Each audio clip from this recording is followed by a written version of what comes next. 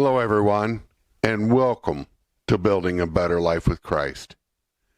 This message is mostly opinion, and while it has no Bible verses, I feel it's been put on my heart by God to talk about. Only thing is, I promised my wife to leave politics out the best I can. We'll see about that one. There are so many things that have changed over the years, even before I was born.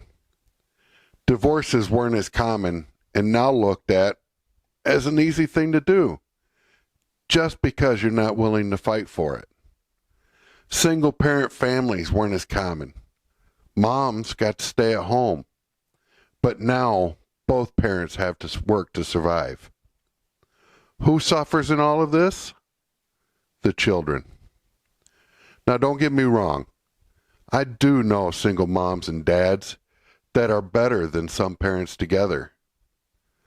Moving forward, no matter how your situation is, your sole most important job is to protect your children.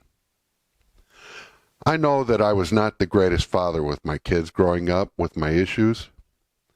I've been blessed with children that I know have now understood my morals and good character that they could see once I straightened up.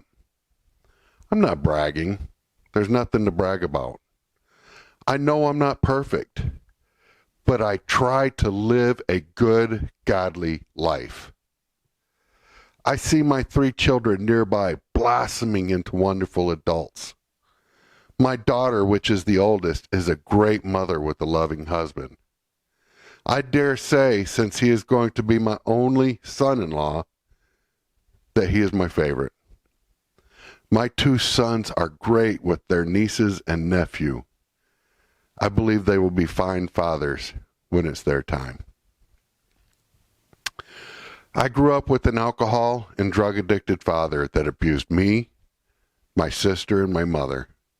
I could have easily been like him, and almost was if it hadn't been for a loving wife, caring family and friends, but mostly God.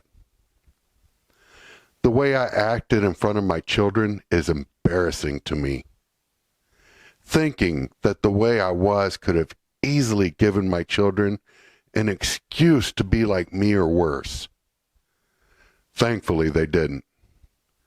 I just wanted to add before we move on that no matter what happens or how you were raised, ever gives you an excuse to be bad or act out.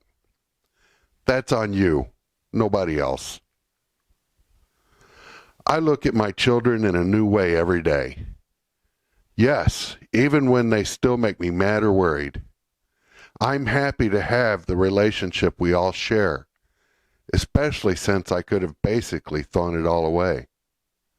I look at my grandchildren and know that I will protect them and love them with everything I have inside my heart.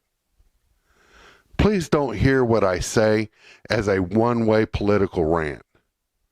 I am angry with all of politics.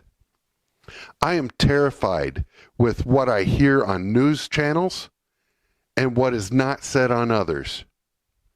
Parents were already mad when they heard what teachers were teaching on the internet during the COVID lockdowns.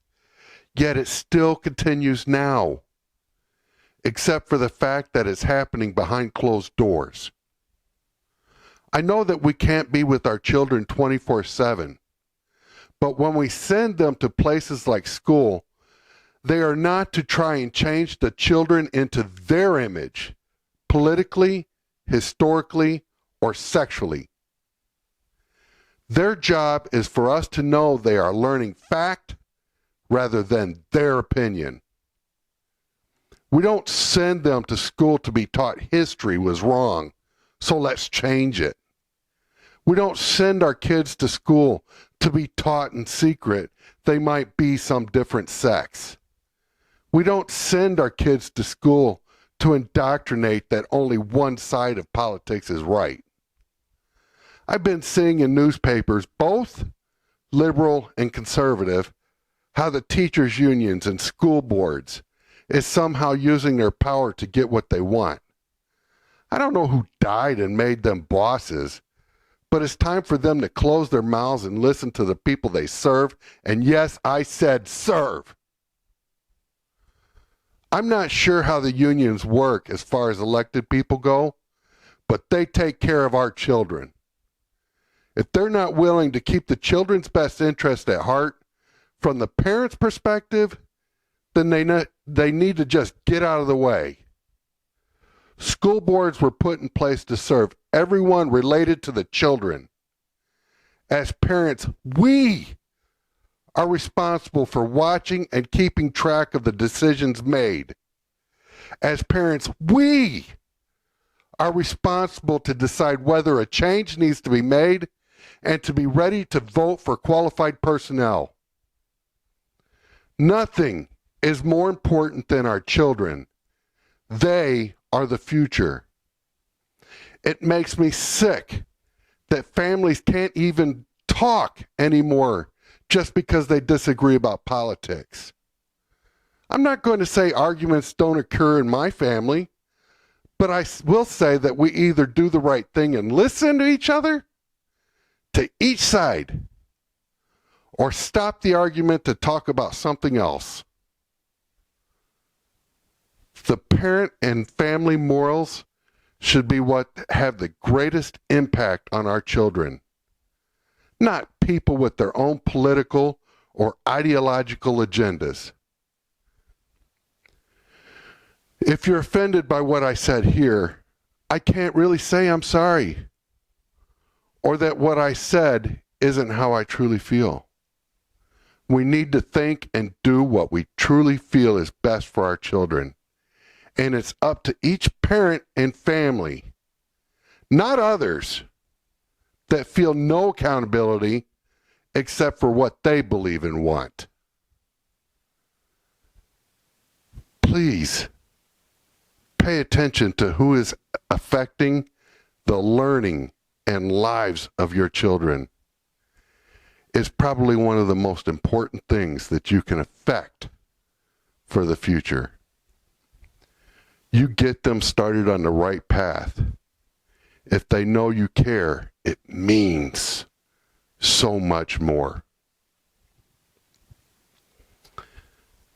As for next week's message, it's sort of up in limbo. I'm going to try and do one, but I'm leaving for Michigan, and I'm going to be there all week. I finally get to go see my brother. Please pray for my brother and our family. And please remember, stay strong, stand firm, stay the path, and most of all, stay faithful. Thank you for sharing your time with me. I love y'all so much. Thank you.